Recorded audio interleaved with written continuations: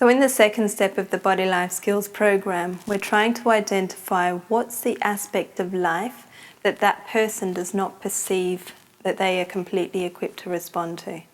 Now, before I go into the detail, I just want to explore that word perceive. The word perceive is based on the sense that in terms of understanding another person's body, we need to understand how they're actually perceiving life. Because the way I think they're perceiving life may be very different to the way that they're actually perceiving life.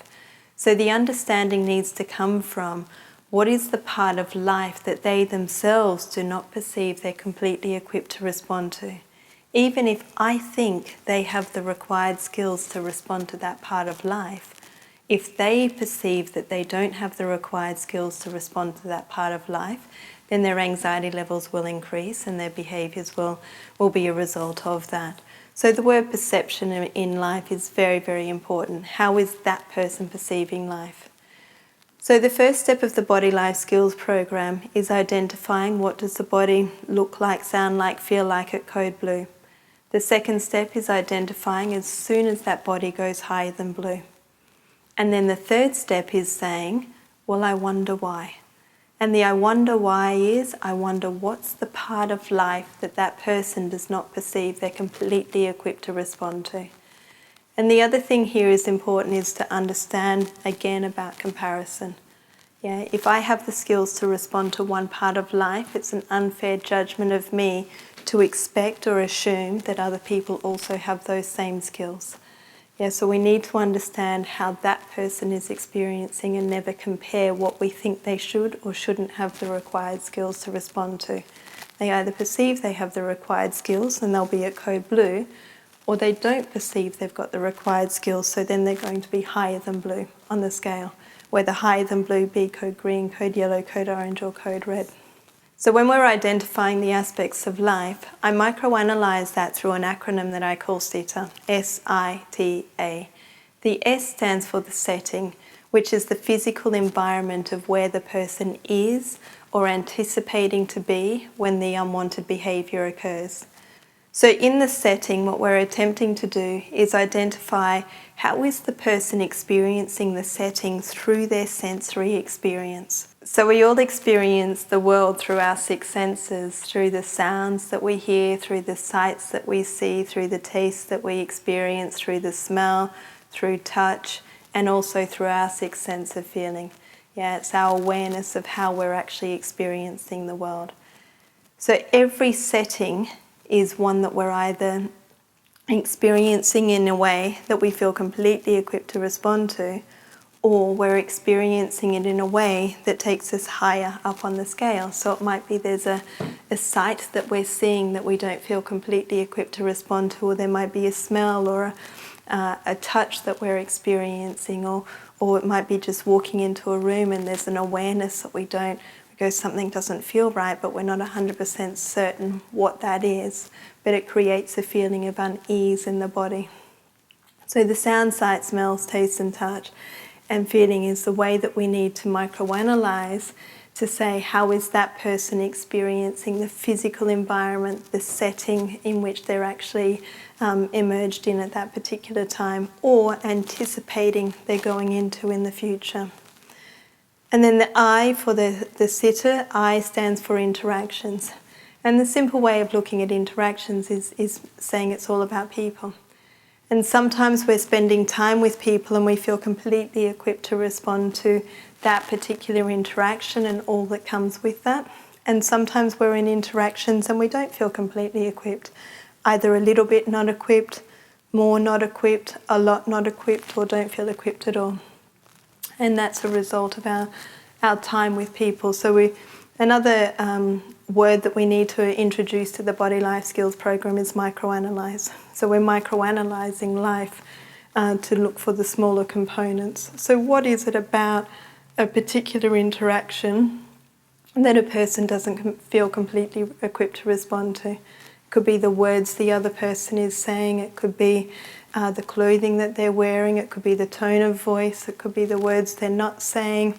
There's so much about every interaction, and when you micro-analyse it, a person either perceives they have the required skills down here to be with that person and all that comes with that interaction, or they don't. And that takes them higher than blue. And the T is for tasks.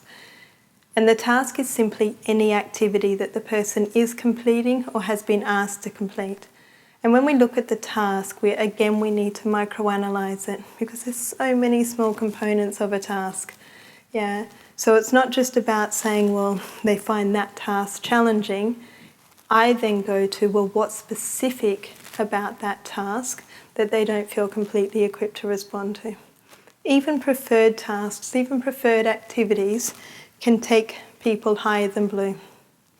Like for many of my clients, gaming, screen time, iPad games, things like that are often a preferred activity. So we'd say that's a code blue activity. But when it gets to a part in that particular game where they can't complete and they keep doing it over and over again, that small part of that task is often one that takes them higher than blue. So the key with tasks is to identify the task and to identify the aspect of task, and then completely micro-analyse to work out what's the tiny trigger within that task that's taking the person higher than blue. With the micro-analysis, it then gives us more specific understanding of what are the required skills that we need to support that person to develop when they're ready to learn those particular skills. So then we've got the A, which I call the automatic or internal factors. If I just go back to the S, the I, the T for a moment, the setting, the interactions and tasks, they're all the things that happen outside the person's body. But the automatic or internal factors, they're the things that happen inside our body, but they also influence where we actually are on the scale. For example, our chemicals, our endorphins, our hormones, our thought processes, hunger, thirst, tiredness, so on and so forth. They're all things that impact where we are. So at code blue, I may feel completely rested. At code green, I feel a little bit tired. At code yellow, I'm more tired. Code orange, a lot tired. And by the time I get to code red, I'm so tired that I feel like I'm going to have a meltdown, or may in fact have a meltdown. And that may be the same for a person with thirst. At code blue, they feel completely hydrated.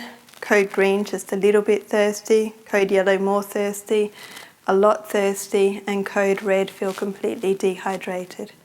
So inside the body, we're looking at what's contributing to the person and how they're actually experiencing the world, and how it's contributing to them going up the scale.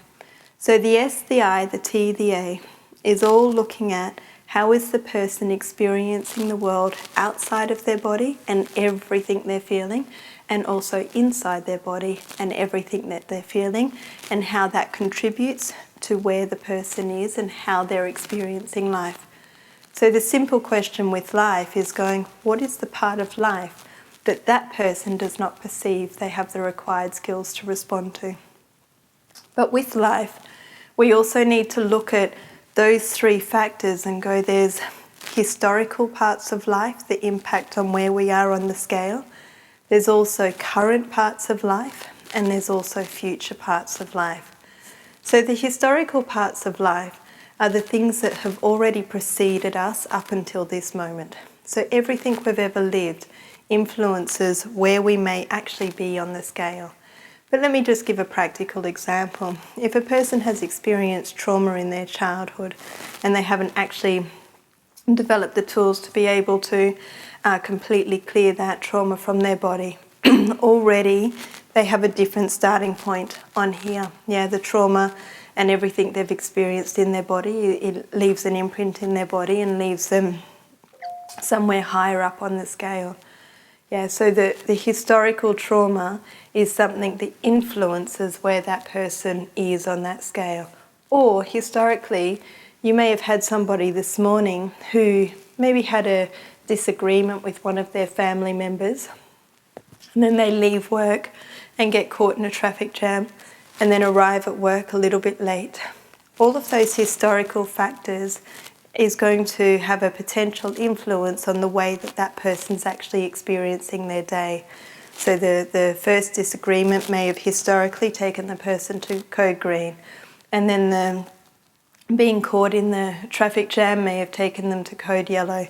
So arriving to work at late, they might just be arriving in at code orange because of the factors that have already happened. So the historical factors are things that may have happened more recent in our lives, but still are not happening currently. Or they may be the things that have actually happened a long time ago in our life, but they still impact on the way we're experiencing our setting, our interactions, our tasks, and other people, our time with ourselves.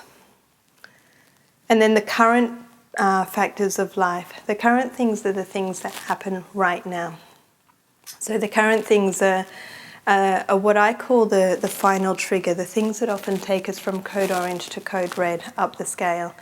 But they're the things that might be happening in the last hour, the current hour, but they're more immediate factors that are influencing. And often when we're examining behaviour, we might identify the more current trigger, but we're less likely to identify some of the historical factors that have contributed to the person already escalating up the scale until they got to the code red. And the future parts of life, they're the ones that can be a little bit harder to identify. But the future parts of life are the things that are coming up, but they haven't yet happened, but they're still influencing where we are on the scale here. For example, if today is Monday and I have an exam to go to on Friday, or a job interview to go to on Friday, or a dinner with a group of people that I don't feel completely comfortable on Friday. So that event coming up on Friday that we're already feeling a little bit uncomfortable about is going to influence on Monday where we are on the scale. But like I said, the future parts of life, they're ones that can often be a little bit more difficult to identify unless we have that step one really nailed, unless we have that step one of having the relationship with our body and identifying what our body looks like, thinks like, feels like, sounds like at code blue, because then we can notice, I'm higher than code blue. I wonder what's coming up. And you can go, okay, there's nothing historical that I'm feeling uncomfortable about. There's nothing current. So then we just go, well, what's possible in the future that I might already be thinking about or considering?